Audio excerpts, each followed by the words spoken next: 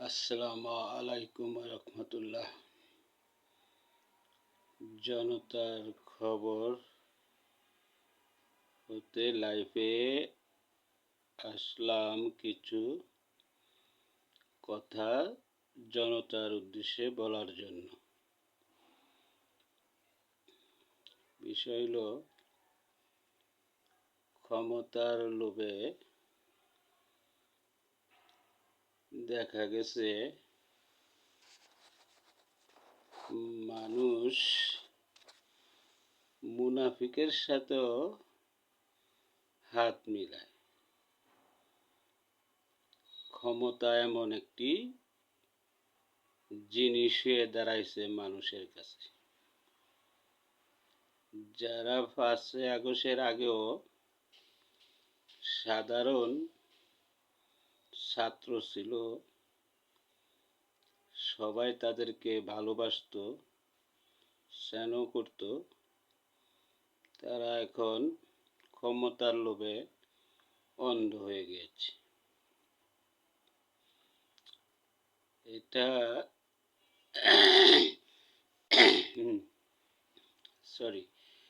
এটা বলার আগে একটি কথা মনে পড়ল, কথাটা বলি শুনেন। যেমন এটা কিরসাও বলে, আবার গল্পও বলে। যেমন এক রাজ্যে এক বাদশা ছিল।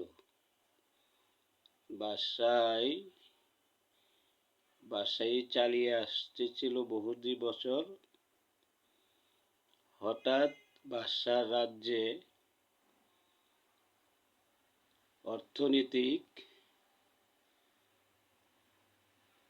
দুর্ভোগে পড়ে গেল।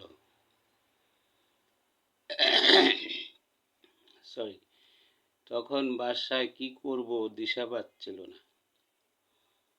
এখন এক একজনে এক এক পরামর্শ দেয়। উজির এক পরামর্শ, সেনাপতির এক পরামর্শ, বিভিন্ন লোকে বিভিন্ন পরামর্শ দেয়। এক পণ্ডিত পরামর্শ দিল যে, আপনি হুজুর 90 দিনের জন্য নির্বাসনে চলে যান। এই 90 দিন কাউর হাতে বাদশাহী আপনি প্রদান করে যান। 90 দিন পরে আপনি অন্য রাজ্যের থেকে এসে বসলে হয়তোবা এইটা কাটাইতে পারেন। তখন বাদশাহ চিন্তা করে যে, আমি বাদশাহী দিয়ে চলে গেলে 90 দিন পরে এসে বাদশাহী পাবো কিনা তাহার কি গ্যারান্টি আছে। এখন বাদশাহ চিন্তা করতে হঠাৎ বাদশাহ কল্পনা করে দেখে যে, এমন একটি লোক খুঁজে বার করা উচিত যে লোকে ক্ষমতার ধরে রাখা সাহস না পায়, এমন একটি লোকের দরকার। তখন সে আবার পণ্ডিতের কাছে পরামর্শ চাইল। তখন পণ্ডিত করলো কি, তাকে বলল, হুজুর কাল সকালে উঠিয়ে আপনি যাকে দেখবেন তার হাতে ক্ষমতা দিয়ে আপনি চলে যাবেন। তখন বাদশাহ চিন্তা করছে, সকালবেলায় তো আমার বাগানের দিকে আর কে আসতে পারবো, হয়তো মালি টালি আসবে, তারা কমজোরি লোক। এটা চিন্তা করে সকালবেলায় বাদশাহ বাড়িছে। এমন সময় এক মুসাফির ঢুকছে। মুসাফির বলতেছে, আমাকে একটি চাকরি দেন অথবা কিছু সাহায্য করেন। তখন বাদশাহ চিন্তা করলো, তাকেই তো আমি মনে মনে খুঁজছি, তাকে নিয়ে বাসায় রাজপ্রাসাদে নিয়ে তাকে বলল যে আপনাকে আমি এই রাজ্যের বাদশা বানাইতে চাই, আপনি কি বলেন? তো সে তো অবাক, সে খাইতে পায় না, সে খায় ডাইলের পানি, সে খায় মোটা চালের ভাত। কারণ মুসাফির মানুষ যে যখন যেটা পায় সেটাই খায়, কেউ কি আর গরুর মাংস দিব, খাসি দিব? তো যাই হোক, সে অবাক। তো বলে আপনি কি আমার সাথে মস্করা করেন কিনা?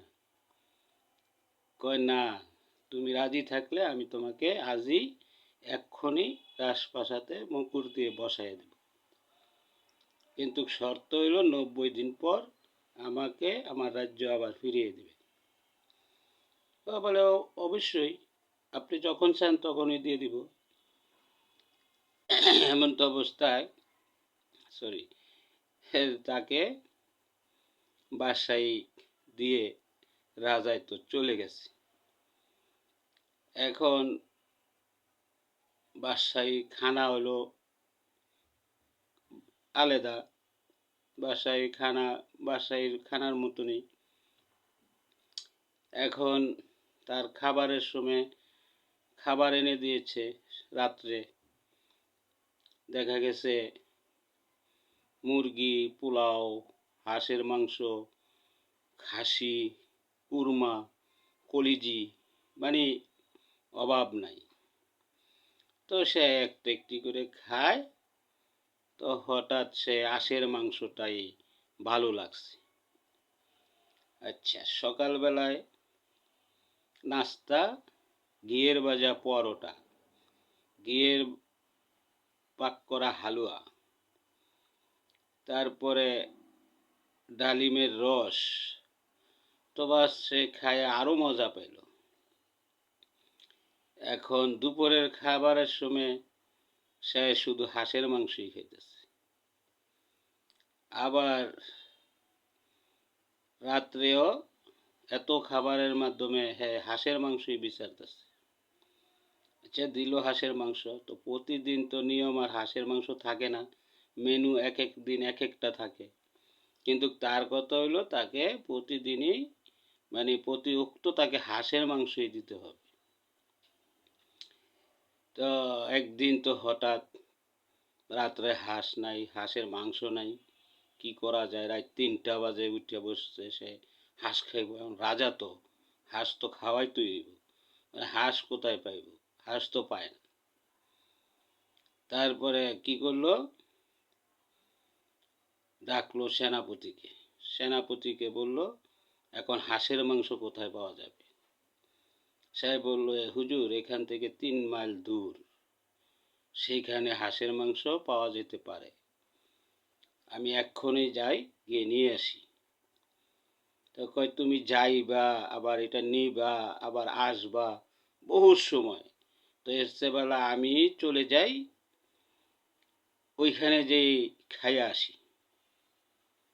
তো সেনাপতি সাথে করে নিয়ে গেছে, গিয়ে হাঁসের মাংস রাত 3টা বাজে খেয়ে এসেছে। এখন এমন তো অবস্থায়, যাই হোক এটা বিরাট ঘটনা, আমি শর্ট করে দিচ্ছি।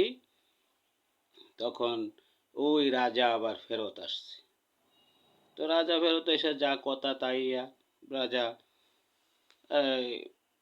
আবার মুকুট নিয়ে গেছে। এখন সে তো আবার সে মুসাফির হয়ে গেছে। এখন সে তো আর হাঁসের মাংস পায় না, সে ঘিয়ের ভাজা পরোটা পায় না। তখন সে কি করবো? আর রাজাও চিন্তা করছে যে তাকে যেহেতু আমি একটা রাজার সম্মানই দিছিলাম, তা আমার এখানে তো মুসাফিরখানা আছে, সে মুসাফিরখানায় থাকুক, যতদিন বাঁচে মুসাফিরখানায় খাইব থাকবো। তখন মুসাফিরখানায় তাকে দিছে। এখন মুসাফিরখানায় তো সে বসে খাবার দেয়, এটা তার ভাল লাগে না। সে কি করবো? হাঁসের মাংসই খাইতে হইব, সে তেলের ভাজা পরোটাই খাইতে হইব, ঘিয়ের ভাজা পরোটা খাইতে হইব, ঘিয়ে দিয়ে পাক করা হালুয়া খাইতে হবে। এইরকম করে সে গিয়ে পরে লাস্টে হাত মিলাইছ, গিয়ে এরকম ওই জালিম কিছু মুনাফিকেদের সাথে। তো কথাটা হইল, এটা বললাম এই কারণে আপনারা বাসাটা অন্যভাবে নেবেন না, বাসাটা আপনারা বুঝার চেষ্টা করবেন। তো এরকমভাবেই কিছু হঠাৎ স্বপ্ন দেখা, হঠাৎ রাজ্য চালানের স্বপ্ন দেখা কিছু লোক, তারা এখন কিছু মুনাফিকদের সাথে হাত করে বিভিন্ন জায়গায় আসন ভাগাভাগির জন্য লুটে পুটে নাইমা গেছে। তারা এখন মানে ক্ষমতা, দেশ চালাবো, অনেক কিছু হয়ে যাইব ভাবতাছে। আসলে রাজনীতি কি সাধারণ আন্দোলনের ডগ? রাজনীতি কি রাষ্ট্র চালানো কি রাজপথে মিছিল করার মতন? রাষ্ট্র চালাইতে হলে রাষ্ট্রর মতন তার বংশমর্যাদা লাগবে, তার অভিজ্ঞতা লাগবে, তার দেশ বিদেশের সাথে কূটনৈতিক সম্পর্ক থাকতে হবে এবং পরিপূর্ণ একটি নেতৃত্ব নেতা হইতে হবে। হুট করে আসলে তো আর দেশ চালানোর মতন নেতা হইতে পারবে না। হয়তো সে হইতে পারবে একজন ইউনিয়ন মেম্বার, ইউনিয়ন চেয়ারম্যান, উপজেলার ভাইস চেয়ারম্যান, উপজেলা চেয়ারম্যান, তারপরে হয়তোবা এটি পার করে এসে হয়তোবা জনগণ চাইলে হইতে পারে এমপি। তারপরে সে আয়ু থাকলে হয়তো সর্বোচ্চ স্থানে যাইতে পারে। কিন্তু এখনকার কিছু আছে, যেমন একটা ছাগলের 3টা বাচ্চা একটা দুধ খায়, 2টা দেখকেই লাফায়। ঠিক এরকম হয়ে আছে বাংলাদেশের রাজনীতির বাগাবাগি এবং ক্ষমতা চালানের স্বপ্ন দেখে। এটাই আমি জনতার কথা বললাম, জনতার খবর হতে। এখন সাধারণ মানুষ এবং জনগণ ভোটার বিবেচনা করবেন, আমার এই কথাগুলো বুঝে নেবেন। আর যদি কথা আপনারা ভালো লাগে, তাহলে আরও ভালো ভালো ভিডিও পাইতে আপনারা আমাকে বেশি বেশি করে ভালোবেসে কাছে রাখবেন, আমার চ্যানেলটা সাবস্ক্রাইব করবেন, বেল বাটনটা বাজিয়ে দিবেন, লাইক ও সাপোর্ট করবেন, শেয়ার করে দিবেন। এবং আমার এই ভিডিওটা যারা যারা নিয়মিত দেখেন তাদেরকে পান ডালা শুভেচ্ছা, আর যারা সামনে দেখবেন তাদেরকেও শুভেচ্ছা। এবং আবারও বলি, ভিডিওটাকে সাবস্ক্রাইব বাটনটা চেপে দেন, যাতে আপনারা নিয়মিত ভিডিও পেতে পারেন। এখন জনতার খবর থেকে আমি বিদায় নিলাম। আসসালামু আলাইকুম ওয়া রাহমাতুল্লাহি ওয়া বারাকাতুহু।